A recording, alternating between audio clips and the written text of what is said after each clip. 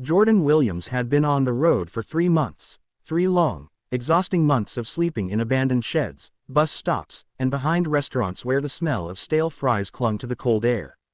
At just 14, he had learned how to survive alone, but every day chipped away at him a little more.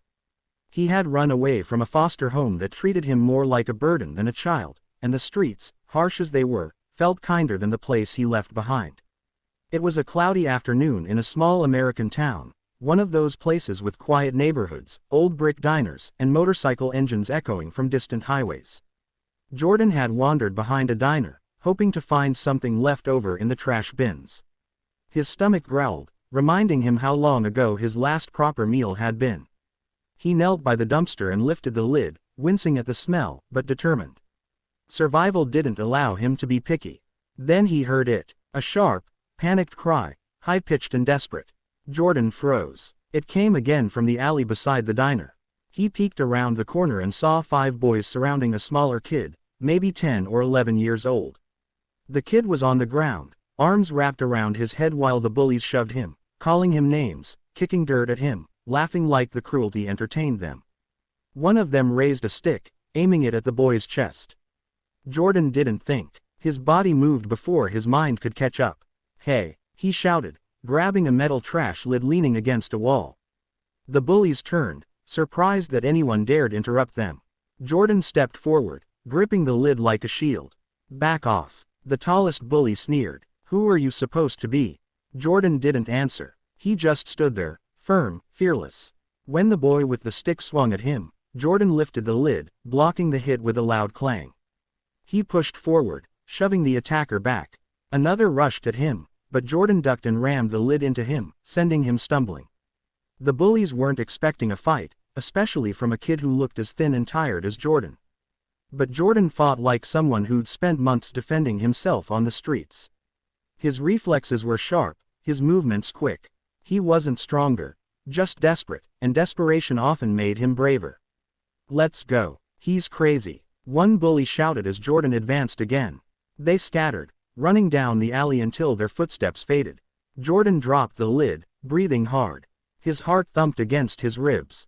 The younger boy sat up, bruised but conscious. Jordan knelt beside him. "You okay?" he asked softly. The boy nodded, wiping tears from his face.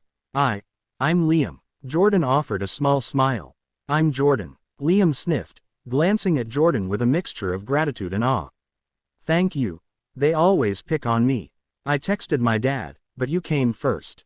Jordan didn't know who Liam's dad was. He just knew he couldn't walk away. But he would find out soon, because saving this boy was about to change his entire life. Jordan had barely helped Liam to his feet when a deep rumble filled the alley. Multiple engines, loud, powerful, and unmistakably close. Liam's eyes widened, not with fear, but with relief. "They're here," he whispered. Jordan turned just as 6 motorcycles swung into view, headlights slicing through the dim alley. The riders wore matching leather cuts, patches glinting under the light. The air grew heavy with authority. These weren't just bikers, these were Hell's Angels. The one in front killed his engine and stepped off. He was tall, broad-shouldered, with a commanding presence that made even the air seem to straighten up. His eyes immediately locked onto Liam. "Liam," he barked, rushing forward. Liam limped into his father's arms. "Dad, I'm okay. Jordan saved me." Jordan stiffened. "Dad." This man was the Hells Angels leader. Mason Turner slowly rose, turning his gaze toward Jordan. His expression shifted from worry to something sharp, assessing, protective, dangerous. Jordan swallowed hard. He wasn't afraid of bullies, but this was different.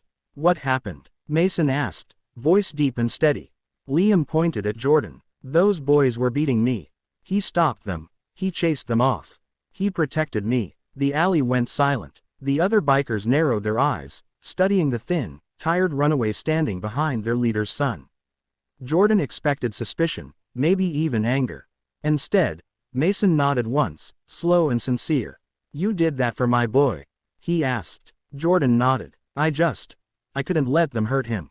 Mason stepped closer. "What's your name?" "Jordan Williams." "Where are your parents?" Jordan hesitated. "I don't have any." "Not really. I'm on my own." A flicker of understanding crossed Mason's face, followed by something else. Respect. Get him a seat, Mason ordered. A biker pulled over a crate. Another handed Jordan a bottle of water. Liam stayed close to him, almost like he felt safer near the boy who defended him. Jordan drank slowly. He wasn't used to kindness. Not from adults, and definitely not from people this intimidating. Mason crouched in front of him. Jordan, saving my son makes you family to us. You hungry? Jordan's throat tightened. He nodded. The bikers exchanged glances. Soft ones, unexpectedly warm. Mason clapped a hand on Jordan's shoulder. Then you're coming with us. We'll get you food, clean clothes, a safe place to sleep. Jordan blinked rapidly. Why? You don't even know me. We know enough, Mason replied. You protected Liam when no one else did. That tells me everything I need.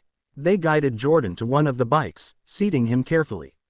Liam climbed onto another, still watching Jordan with admiration. As the engines roared back to life, Jordan felt something he hadn't felt in years: security, belonging, maybe even hope. They rode through the town toward the Hells Angels clubhouse, wind hitting Jordan's face, but his chest felt warm. For the first time since he ran away, he wasn't alone. For the first time ever, he felt like he had a family.